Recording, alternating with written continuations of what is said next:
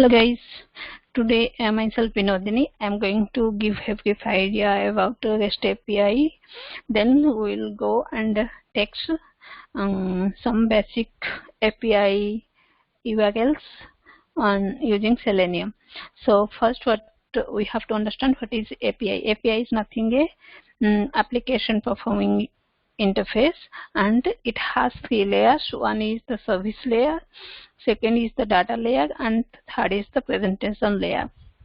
UI means where the user is interfacing, and data layer you can say this database, Oracle, MySQL, whatever we are using, that is. And service API layer means this API layer means through which we can communicate. The communication is going on between the UI and the data layer.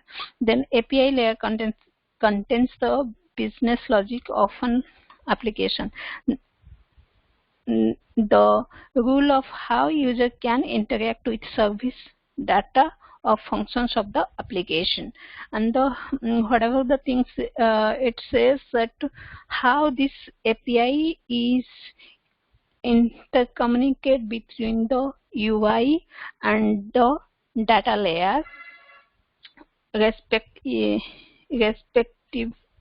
to the function it will taken care. Then API or service layer directly chose both the data layer and the presentation layer. Means API is just an intermediate in between the UI and the data layer. Why do we why need to do API testing? First of all, make sure it does what it's supposed to do. Means for which purpose this API is created, it should work for that. Make sure it can handle load. If one API is called for 50 users, then it should carry that 50 user data and the response accordingly. Find all the way user can mess things off. Means if user is doing multiple scenario and trying to get the response on that particular time period, then it should handle. Make sure your API works across device, browser, and operating system. That means whatever the device, iPhone, Android, desktop, whatever we are using, it should.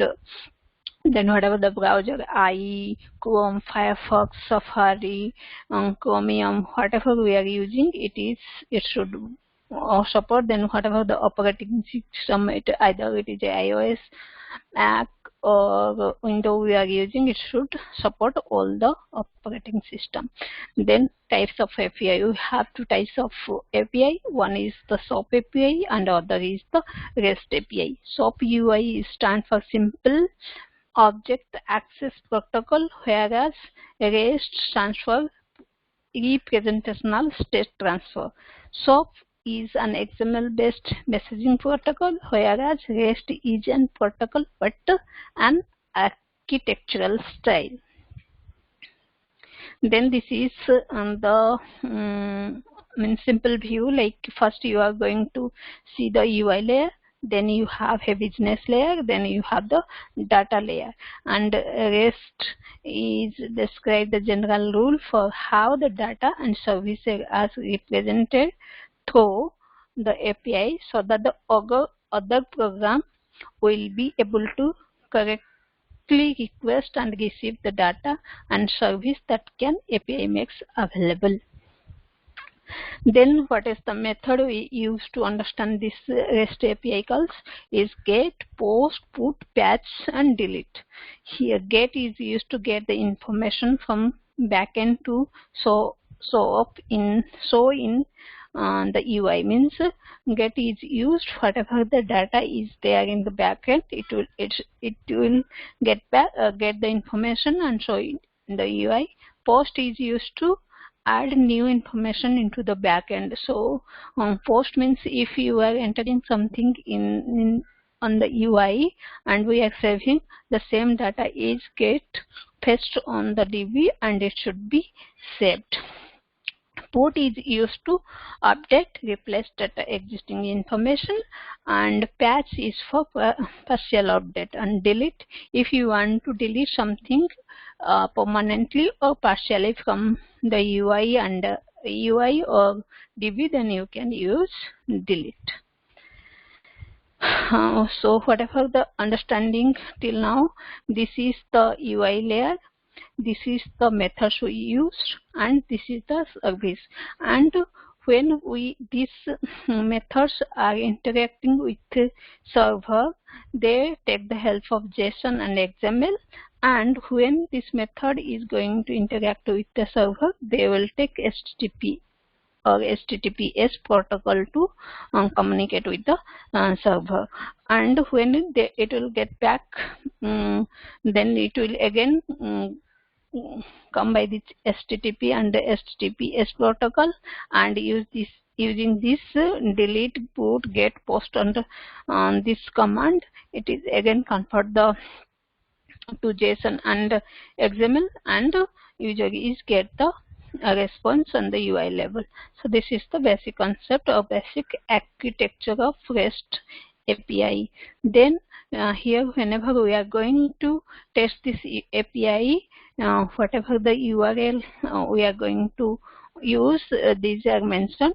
For get, we are going to use this, and for post we are going to this, and for delete we are going to use this. So these are the three methods I taken to show you some example on. Then API, and before we are proceed further, we have to know how this whatever the response you are getting, what is the code. If you are getting 2xx, that is called the success, and it means if you are getting 200, then it is request was successful. If you are getting 201, it is created, means whatever the data you given, it is get created and it is also successful. And 204, not content request success, but no data sent back, but that is 204. And 2x4 for client error, it is like bad request for 400 bad for not one unauthorized, then 403 for winner, and 404 not found, and 5xs is the server error, that is 500 internal server error. And if you are getting any request in 3xs, then this is related to redirects, and somehow 301 is stand for moved permanently and 302 is not found. Now whenever you are going to do this API automation testing, what you needed in your system, that is Java install, means you have JDK should be installed. It is the version should be above 7, and you need one interface, that is Eclipse, then TestNG, a framework you needed, and Maven for Maven build project we have to create. Then what is the API configuration details for automation, means if we are going to create one create a project on API API automation, then whatever the configuration we needed for the project. So for that we need somehow test REST assured, though we are going to test this REST assured API. So we need REST assured dependency, then JSON schema validator, and these JSON path we need, then a Part-1 XML path, TestNG, then Java Harmcrest core, and Harmcrest library we also need. Then apart from that we need POI, POI XML, then JSON, and tjson string. Why we needed whenever we are going to create the methods or call any function at that time, this dependency file is will helpful.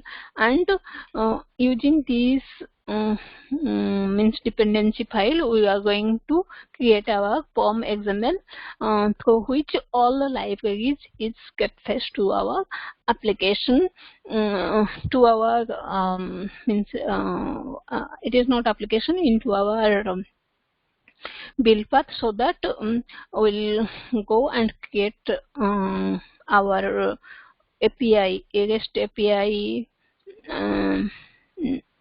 files, and we execute the path. So this much is here for today for this API call. Hope and one thing more, if you want to know this from where you are going to get this means dependency file, then it is you go through this Google Google site and just search Maven repositories. Then it will give this first click on the first URL, and you are navigating to this that URL, and you just search this particular one by one whatever the dependency you need, and copy and paste it into the POM XML. So I hope this first session of understanding to REST API and how you are going to configure this API with API with REST API with means how you are going to configure this Maven project with this dependency, means POM XML file, you understand. And next I will show you how we are going to configure this pom.xml file, and how you are going to test the URL which I given. So thank you for today. Hope you guys understand and get the basic knowledge of REST API. Thank you so much.